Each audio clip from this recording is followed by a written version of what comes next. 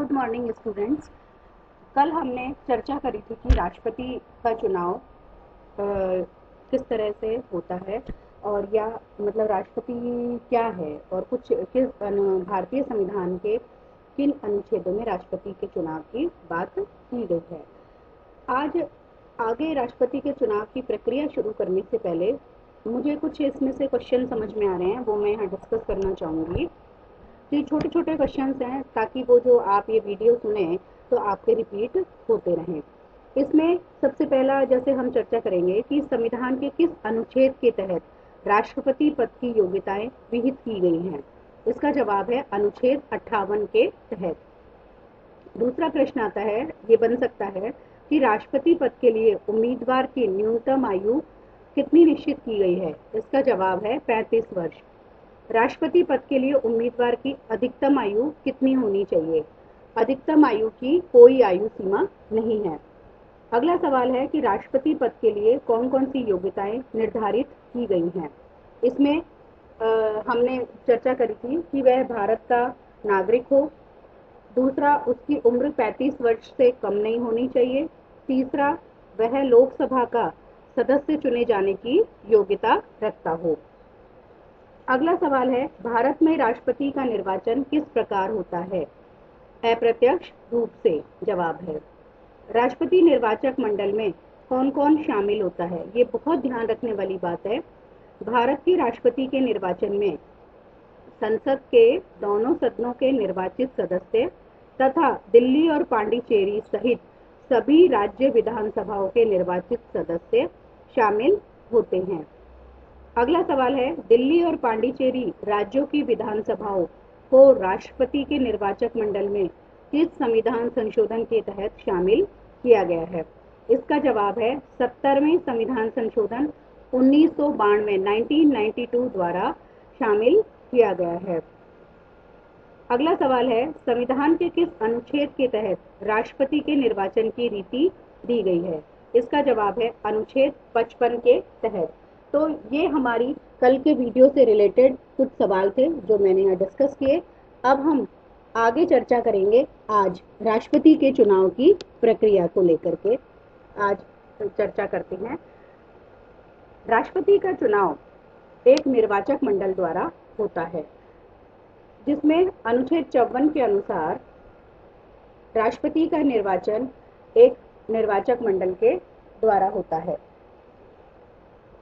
जिसमें क्या कौन कौन शामिल होता है।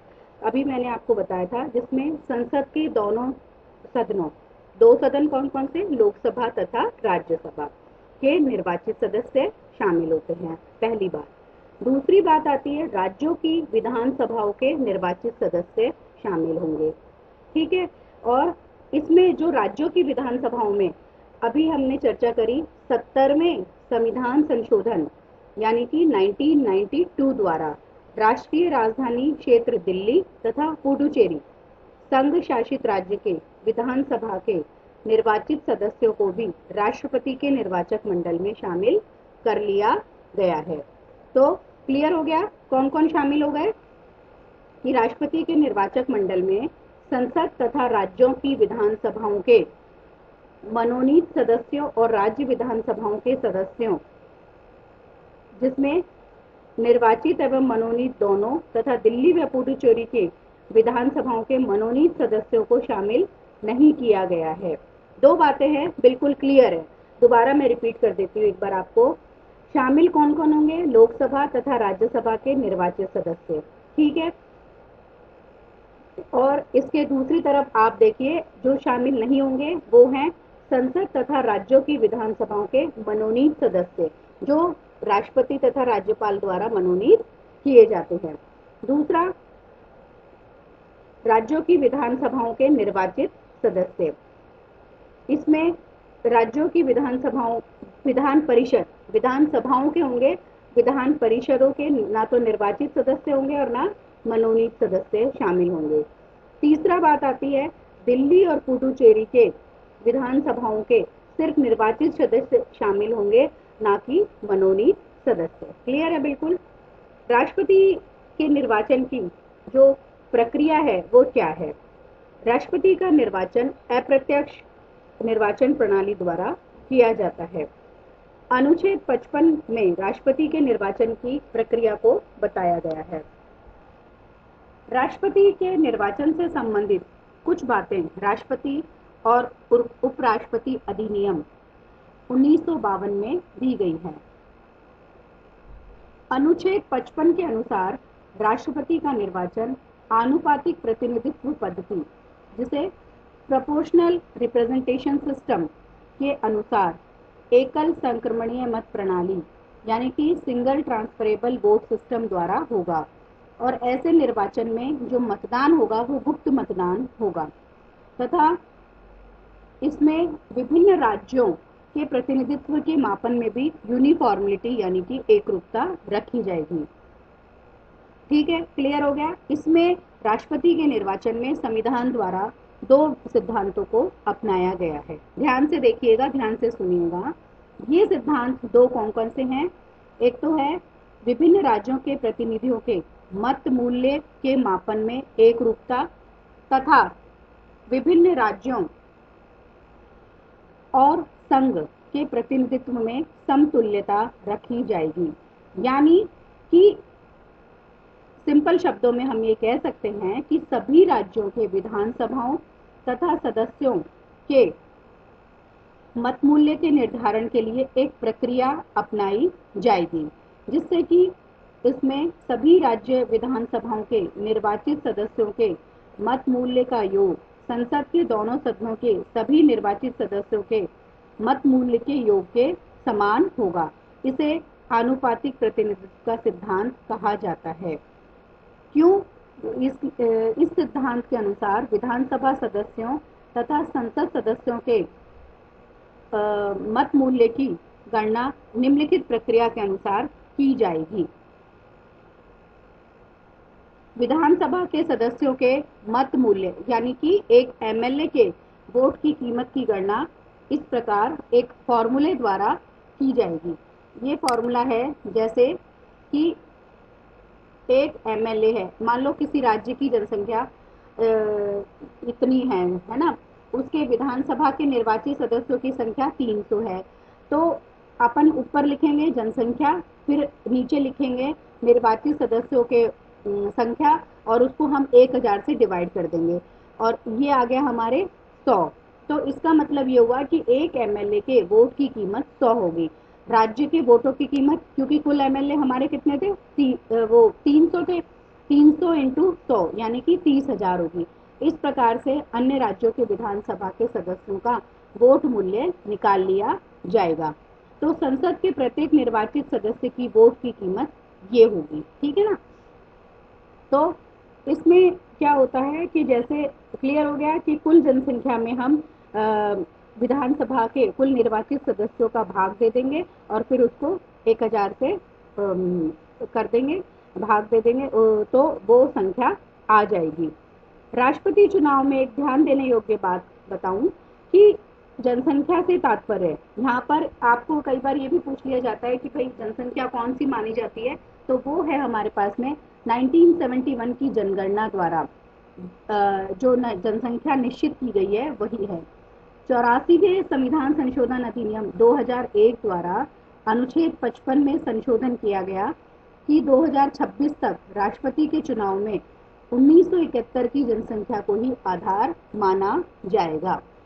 ये एक बहुत इम्पॉर्टेंट चीज है कि भाई जनसंख्या, भाई कौन सी जनसंख्या मानी जाएगी। मान लो आज यूपी की जनसंख्या बहुत ज्यादा हो गई, लेकिन वो जो गणना है वो अभी भी पुरानी 1971 की जनगणना के अनुसार ही अभी जो राष्ट्रपति के लिए चुनाव प्रक्रिया में मानी जाती है, तो वो 1971 की मानी ही जाती है। और वो कब तक मानी जाएगी ये भी ध्यान रखने योग्य बात है, वो मानी जाएगी आपकी 2026 तक राष्ट्रपति के चुनाव में 1971 की जनसंख्या ही मानी जाएगी।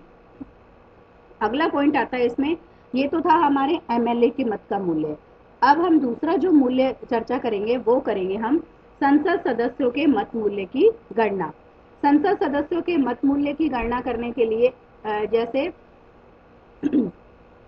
संसद के दोनों सदनों के निर्वाचित सदस्यों में से किसी एक सदस्य का मूल्य जानने के लिए क्या करना होगा, सभी राज्यों की विधानसभाओं के निर्वाचित सदस्यों के मत मूल्य को जोड़कर उसमें संसद के सभी निर्वाचित सदस्यों की संख्या से भाग दिया जाता है। जैसे संसद के एक सदस्य के मत का मूल्य, ये टोटल करेंगे पहले हम कि भाई टोटल हमारे पास में जो संसद के निर्वाचित सदस्यों की संख्या कितनी है, 776। और जैसे अभी हमने कहा कि राज्यों की विधानसभाओं के सदस्यों की कुछ संख्या ये इस तरह से आती है। फिर प्रत्येक संसद सदस्य के वोट की कीमत होगी जो राज्यों की विधानसभाओं के निर्वाचित सदस्यों के मतों के मूल्य का योग डिवाइडेड बाय 776 जो वो है, और फिर उसको हम भाग देंगे संसद के दोनों सदनों, तो वो संख्या आ जाएगी। ठीक है, प्रत्येक संसद के सदस्य के वोट का मूल्य आ जाएगा। तो दोबारा बता देती हूँ मैं आपको कि संसद के एक सदस्य के मत का मूल्य सभी राज्य विधानसभाओं के निर्वाचित सदस्यों के मत मूल्य का योग डिवाइडेड बाई संसद के दोनों सदनों के निर्वाचित सदस्यों की संख्या से भाग दिया जाता है। तो इस तरह से ये उसके संसद के एक सदस्य के मत का मूल्य आ जाएगा। क्लियर है बिल्कुल। एक ये प्रणाली थी जिसको कहते हैं हम समतुल्यता का सिद्धांत।